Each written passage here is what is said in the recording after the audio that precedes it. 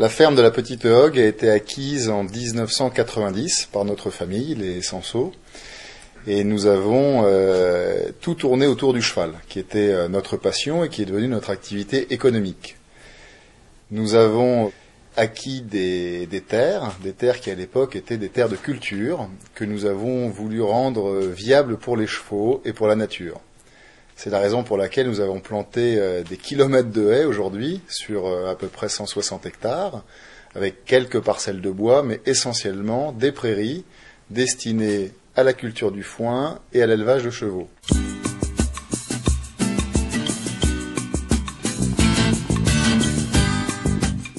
Les haies ont été plantées presque scientifiquement, puisque les essences ont été choisies par Jean-Marc Tuipins et sa société Offroad, qui est à côté de moi, et qui nous suit depuis 1993.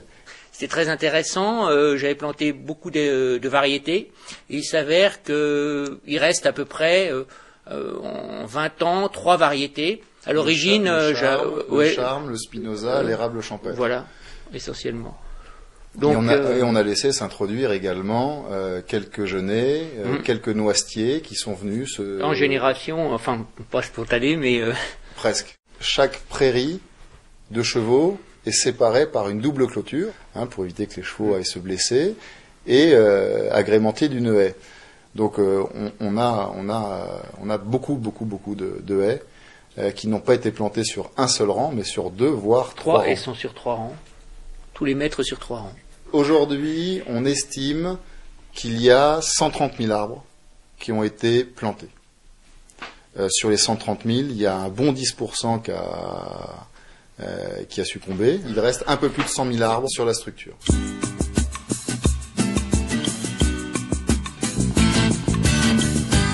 Pourquoi avoir planté des haies ? D'abord pour permettre à ces terres de récupérer l'eau, qu'elle s'infiltre correctement, parce que sinon elle ruisselait, elle partait dans les grands fossés, de briser le vent, parce que sur un plateau, le vent était très important, de faire un abri l'été via l'ombre dégagée par les haies pour les chevaux. La haie, elle sert également d'auxiliaire pour l'agriculture, puisque elle va permettre la nidification de nombreux passereaux, qui vont également se nourrir d'autant d'insectes, entre guillemets, ravageurs des cultures, des grandes cultures. Donc avoir beaucoup de haies, c'est également avoir moins de ravages dans les cultures, et donc devoir moins utiliser de produits chimiques qui coûtent cher pour les agriculteurs et qui coûtent cher à l'environnement également. Nous allons continuer à planter encore quelques arbres pour redonner quelques haies, mais surtout maintenant nous allons nous attaquer à des plantations plus de grands arbres.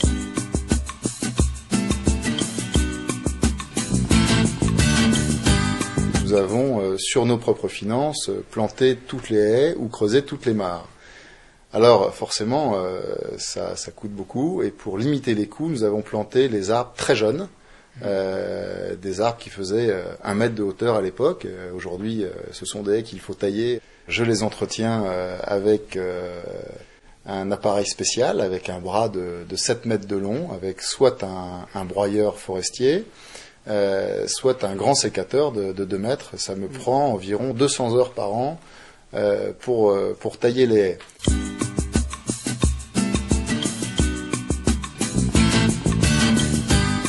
Au fur et à mesure des années, nous nous sommes tournés vers le respect de la nature. Nous essayons depuis cette année d'utiliser des vermifuges bio, et ce qui permet à la chouette chauvêche notamment de récupérer tous les gros insectes qui se développent grâce au cotin de cheval. Donc si il n'y avait pas l'utilisation de ces vermifuges bio, les insectes ne pourraient plus s'y développer. De même que nous utilisons le fumier de cheval de notre exploitation et d'exploitation voisine, ainsi que nos déchets verts comme les tontes, les feuilles, les petits branchages, que nous laissons se composter et que nous réintroduisons ensuite dans les prés pour faire de la matière organique et avoir un foin de qualité naturelle.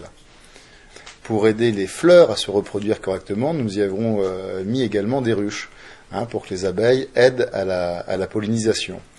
Et puis en plus de ça, comme les haies sont plantées avec pas mal d'arbres fruitiers, nous récoltons les fruits de ces derniers.